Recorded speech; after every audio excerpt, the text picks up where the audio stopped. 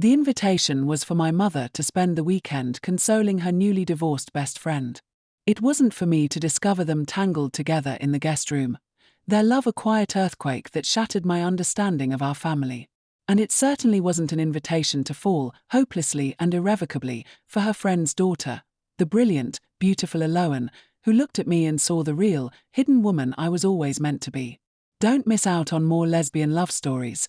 Subscribe to my channel and stay connected. The Language of Flowers. Part 1. The Unraveling.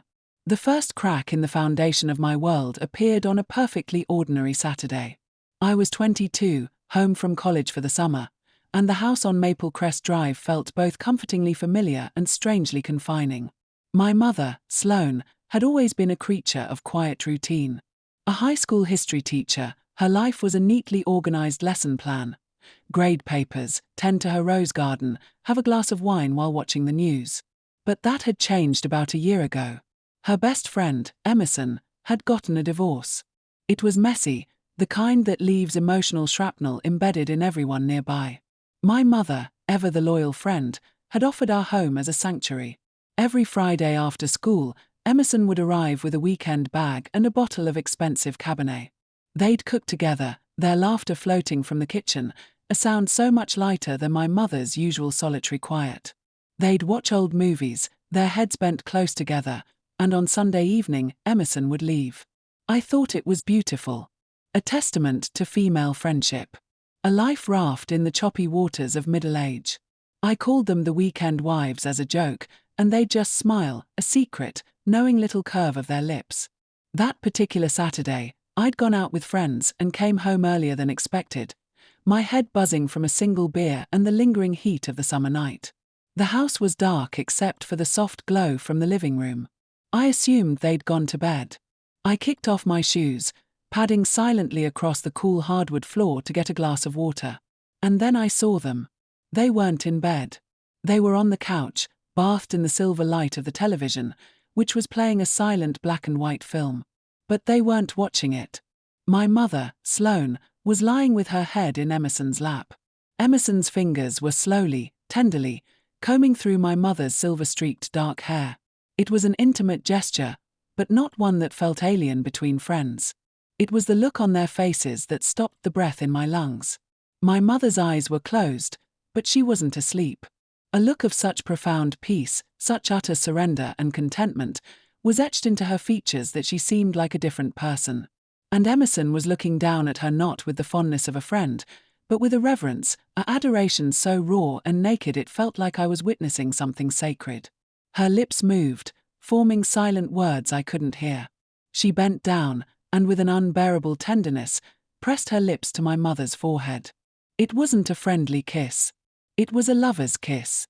A kiss that spoke of years of hidden longing, of a love that had been forced into small, dark corners and was now, finally, breathing in the open. I must have made a sound, a sharp intake of breath, a scuff of my foot against the floor. Emerson's head snapped up. Her eyes, a startlingly clear blue even in the dim light, met mine. There was no guilt there, not exactly. There was fear, and a desperate, silent plea. My mother's eyes fluttered open, sensing the shift in the room. She saw me, saw my frozen expression, and in an instant, the peace on her face shattered into a mosaic of panic and shame. She sat up quickly, pulling away from Emerson as if she'd been burned. "Briar," she whispered, my name a broken thing on her lips. "Honey, it's not, we were just." I didn't wait to hear the rest. The lie, the attempt to shove this beautiful, terrifying truth back into its box, was more than I could bear. I turned and fled to my room, locking the door behind me, my heart hammering against my ribs like a trapped bird. The world I thought I knew had just been tilted on its axis. My mother, my straight-laced, history teacher mother was in love with her best friend. She was a lesbian. The word echoed in my mind, not as a label, but as a key turning in a lock, opening a door to a part of her I never knew existed. The next morning was a minefield of silence and stolen glances over coffee. Emerson had left early. My mother's hands shook as she poured cream into her mug. "We need to talk, Briar," she finally said, her voice thin and strained. And we did. For hours, we sat at the kitchen table, the sun climbing high in the sky, as she told me her story. She told me about meeting Emerson in college, a connection so instant and deep it frightened her. She told me about her marriage to my father, a good man she loved but was never in love with. She told me about the quiet ache of a life half-lived, the decades of loving Emerson in secret, in stolen moments and whispered phone calls, both of them too bound by duty and fear to ever choose themselves. The divorce, my mother said, twisting her wedding ring, a ring she still wore out of habit. It was like a wake-up call. Life is so short, Briar. We're in our 50s. We couldn't waste another day. I looked at her, really looked at her. I saw the faint lines around her eyes, not just from age, but from years of smiling when she didn't feel like it. I saw the new lightness in her posture, the way she had started wearing brighter colors. I saw the woman who had read me bedtime stories and bandaged my skinned knees, and I saw the woman who had just had her heart broken by her daughter's reaction. All my shock, my confusion, melted away, leaving only a vast, aching empathy. "Mom," I said, reaching across the table to take her trembling hands. "I love you. I want you to be happy. Why didn't you tell me?" Tears welled in her eyes. "I was so afraid of losing you. Of you seeing me differently." "I see you more clearly now," I said, and I meant it. I saw her courage, her bravery in choosing love after a lifetime of conformity. It was the most romantic, heartbreaking story I had ever heard. A week later, Emerson came back. I answered the door. She stood there, looking vulnerable and unsure, a bouquet of sunflowers in her hand, my mother's favorite. "Briar, she began, but I didn't let her finish. I pulled her into a hug. "You make her happy," I whispered into her shoulder. "That's all that matters to me." I felt her entire body sag with relief. When she pulled back, her eyes were shiny with tears. "Thank you," she breathed. It was during this fragile, beautiful period of rebuilding that I met Eloan. Emerson's daughter. Part 2, The Gardener's Daughter. Eloan was 27, a primary school teacher who lived 2 towns over. She was coming for a Sunday dinner, a carefully orchestrated meeting of the families that had everyone nervously polishing silverware and rehearsing small talk. When she arrived, she was nothing like I expected. From the stories Emerson told, I'd pictured a prim, bookish woman, perhaps a little stern. The woman who walked through the door was sunshine incarnate. She had her mother's bright blue eyes, but where Emerson's were calm and deep, Eloan sparkled with a mischievous energy. Her hair was the color of wheat, falling in soft waves around her shoulders. She wore a simple yellow sundress and carried a pie she'd baked herself. She smelled like vanilla and summer rain. "You must be Briar," she said, her smile warm and genuine. "I've heard so much about you. I'm Eloan." Her hand was warm in mine. "The famous daughter. I've heard a lot about you, too." I found I didn't want to let go of her hand. Dinner was less awkward than anyone had anticipated. Eloan had an easy, generous way about her that filled the room. She drew my mother out, asking thoughtful questions about her garden, and made her own mother laugh with stories of her first grader's antics. And she included me, her gaze often finding mine across the table, making me feel seen in a way I hadn't in a long time. After dessert, the peach pie was sublime. Our mothers migrated to the living room, leaving us with the dishes. An obvious, and not unwelcome, setup. "So," Eloan said, rolling up her sleeves beside me at the sink. "Our moms are dating. That's not something you say every day." I laughed, the tension breaking. "Right. It's been an interesting few weeks." "I can imagine," she said softly, handing me a wet plate to dry. "Mom told me about you walking in on them. She was so worried about you." "I was worried about them," I admitted, surprising myself with my honesty. I was shocked, but mostly I was sad that they felt they had to hide for so long. "Their story it's intense." Eloan nodded, her expression turning thoughtful. "It is. I've known for a long time. Mom told me when I was 16. I think she needed someone to talk to. It made me so angry for her. For both of them. All that wasted time." She looked at me. "But they have now. That's what matters." We finished the dishes in a comfortable silence. Then she said, Show me this famous garden. Mom says it's incredible. The evening air was cool and sweet. Fireflies blinked like tiny fairies in the gathering dusk. My mother's garden was her masterpiece, a lush, chaotic tapestry of roses, lavender, delphiniums, and climbing ivy. It was a place of pure magic. Wow, Eloan breathed, walking down the stone path. It's like something out of a storybook. She stopped by a climbing rose bush, its blossoms pale pink in the twilight. She reached out and gently cupped one, bringing it to her nose to inhale its scent. I watched her, the elegant line of her neck, the way the fading light caught the gold in her hair, and felt a jolt of something powerful and entirely new. It was more than attraction. It was a recognition. A feeling of, oh, there you are.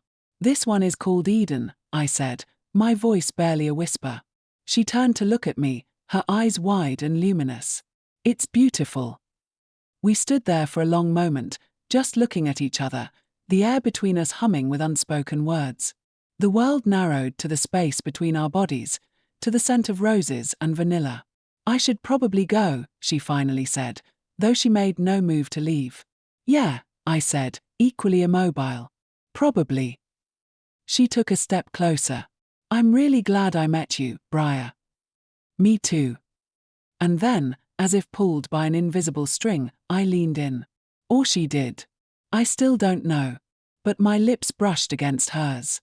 It was the softest, most tentative of kisses, a question more than a statement. It lasted only a second, but it sent a shockwave through my entire being. She pulled back, her breath catching, a hand flying to her lips. Her eyes were wide with the same shock I felt. I'm sorry, I stammered, my face flushing. I shouldn't have. Don't be sorry, she interrupted, her voice husky. She didn't smile, but her gaze was intense, searing. Just, don't be sorry. She left soon after, with a quick hug for our mothers and a long, lingering look for me that promised this wasn't over. I floated back to my room, my fingers pressed to my lips, which still tingled from the touch of hers. My mind was a whirlwind. I had kissed a girl. A woman. And I had liked it. More than liked it. It had felt like coming home. I had never considered the possibility that I might not be straight. I'd dated boys in high school and college. Nice, perfectly fine boys. But those relationships felt like rehearsals for a play I was never meant to star in. They lacked the depth, the intensity, the sheer electricity I had felt in my garden with Eloan. Was this what my mother felt? This all-consuming pull. Over the next 2 weeks, Eloan and I texted constantly. Innocent messages at first about our mothers, about the garden, about a book she thought I'd like. Then they grew more frequent, more personal, more flirtatious. A selfie of her with a sparkler on the 4th of July. A picture I sent her of a double rainbow over our house. Heart emojis. Winking faces. Our mothers, blissfully wrapped up in their own newfound happiness, became our unknowing accomplices, planning more and more gatherings. Picnics, movie nights, trips to the farmer's market. Eloan and I were constantly thrown together, and every glance, every accidental brush of hands, was charged with a current of anticipation. The dam finally broke on a hot, humid night. Our mothers had gone to see a play in the city, leaving us alone at the house. We were on the porch swing, drinking iced tea, our knees barely touching. The conversation had lulled into a comfortable silence, filled with the rhythmic chirping of crickets. Briar, she said softly, setting her glass down. We need to talk about the other night. My heart leapt into my throat. We do. Yes. She turned to face me, her expression serious. I need you to know something. I'm gay. I've known since I was a teenager. I've had relationships with women. What that kiss meant to me, it was a lot. But I need to know what it meant to you. Because I can't be your experiment. I really, really like you. And that scares me. Her honesty was breathtaking. It demanded my own. I took a deep breath. I don't know what I am, I said, the words feeling true and right. I've only ever been with guys. But it never felt like that. It never felt real. When I kissed you, it was the first time anything has ever felt 100% real to me. You're not an experiment, Eloan. You're an awakening. Tears filled her eyes. She reached out and cupped my cheek, her thumb stroking my skin. An awakening, she repeated, a slow smile spreading across her face. I like that. I leaned into her touch. So what do we do? This, she whispered. And she kissed me. This was not the tentative brush of our first kiss. This was deep and hungry and full of weeks of pent-up longing. It was the taste of iced tea and mint, and the feel of her soft lips moving against mine. It was her fingers tangling in my hair, pulling me closer. It was my hands on her waist, feeling the warmth of her skin through her thin cotton shirt. It was a revelation. It was everything. We broke apart, breathless, foreheads resting together. Okay, I breathed, my eyes still closed.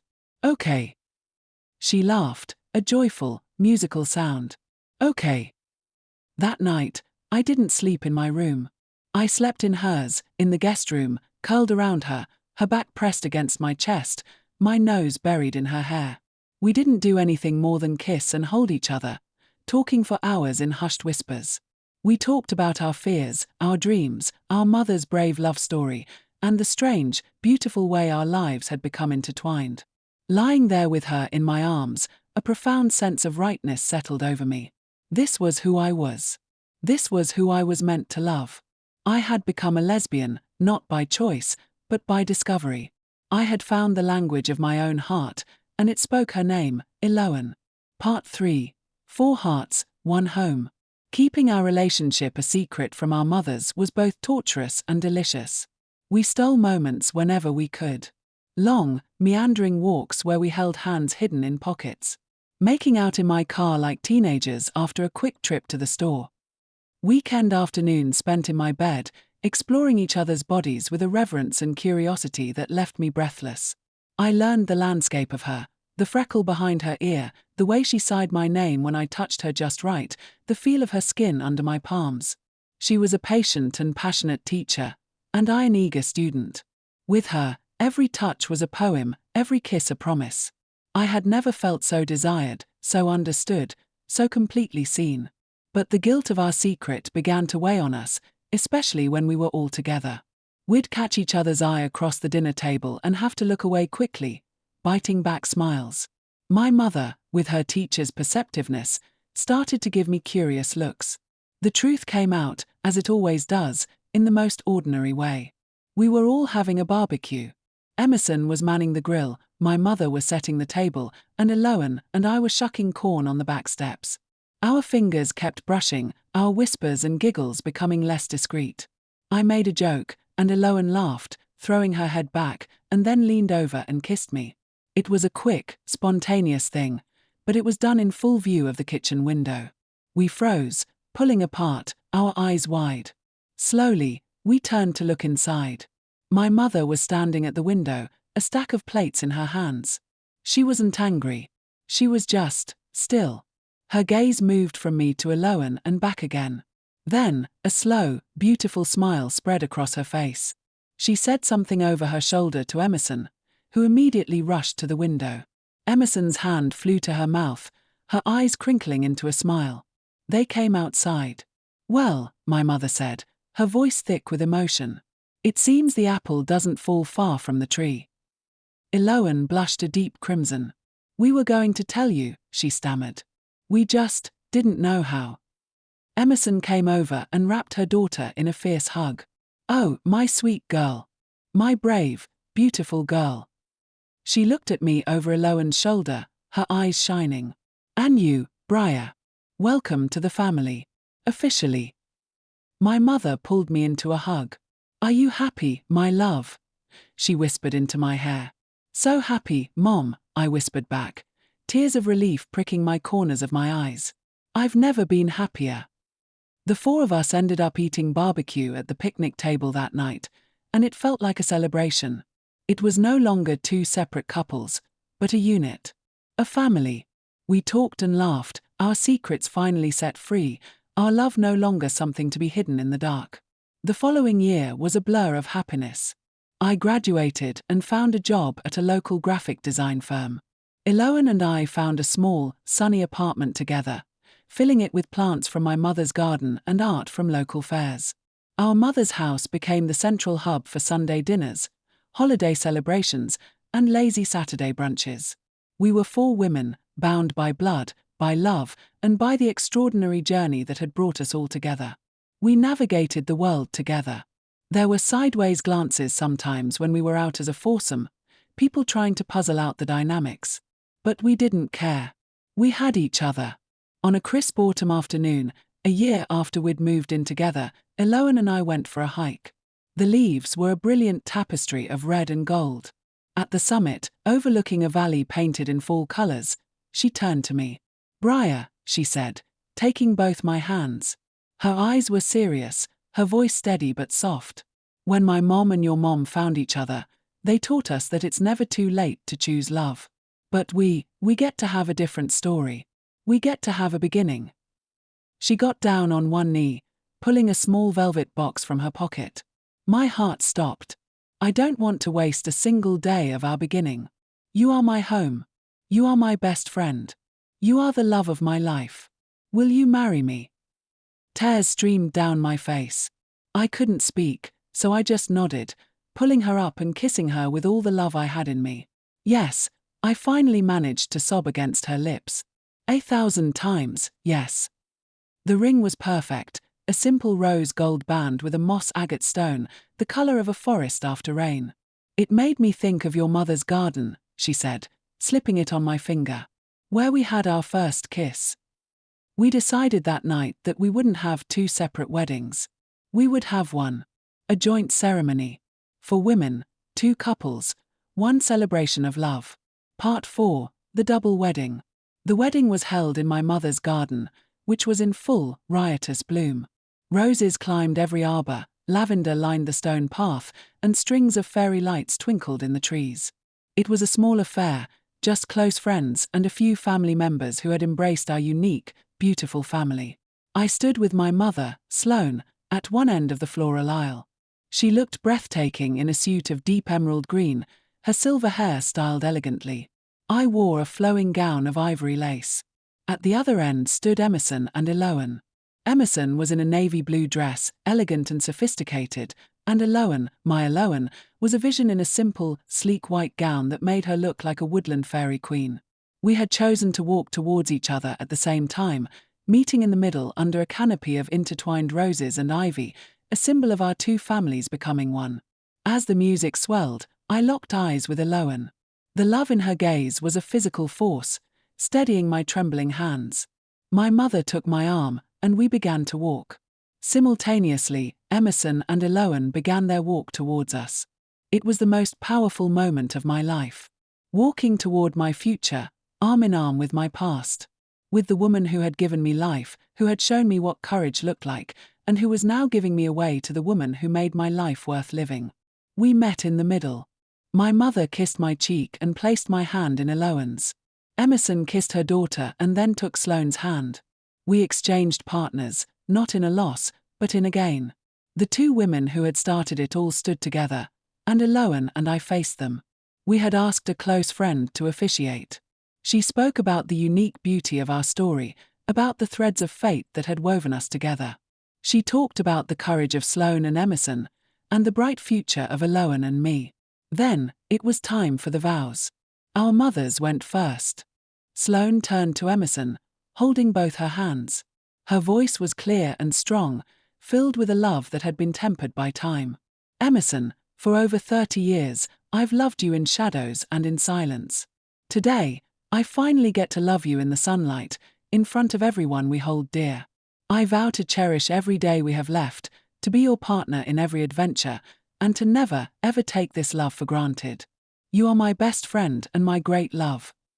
Emerson, tears streaming freely down her face, lifted their joined hands to her lips. "Sloane, you were worth the wait.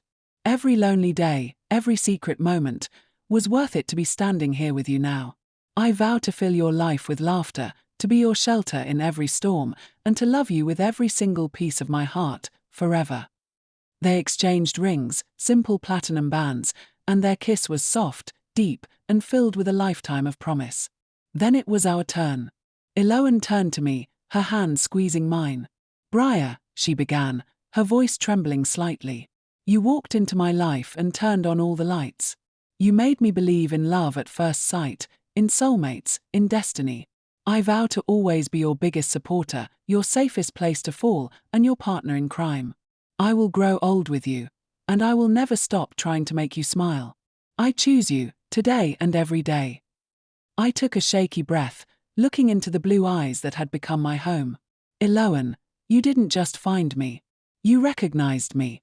You saw the real me before I even knew she existed. You are my greatest adventure. I vow to love you fiercely and freely, to always communicate, even when it's hard, to fill our home with music and laughter, and to never stop kissing you goodnight. I can't wait to build our story with you. We slipped rings onto each other's fingers, matching bands of rose gold. And when we kissed, the garden erupted in cheers.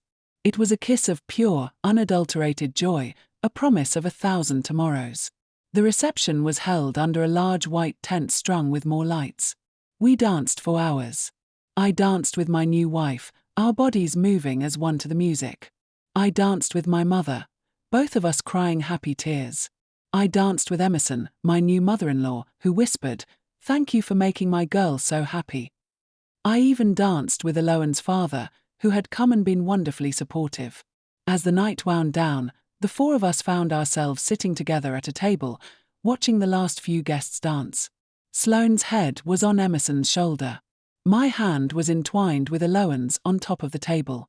"We did it," my mother said, her voice sleepy with contentment. "We did," Emerson agreed, pressing a kiss to her temple. Eloan looked at me, her eyes full of starlight and love. "Our beginning," she said. I leaned over and kissed her, soft and slow. It was a kiss that held our past, our present, and our future. It was a kiss that spoke of stolen moments in a moonlit garden, of secrets shared in the dark, of a love that was brave enough to bloom in the sunlight. We were 4 women. 2 mothers, 2 daughters. 2 couples, bound by an extraordinary love story. We were a family. And our story, like the most beautiful gardens, was just beginning to grow.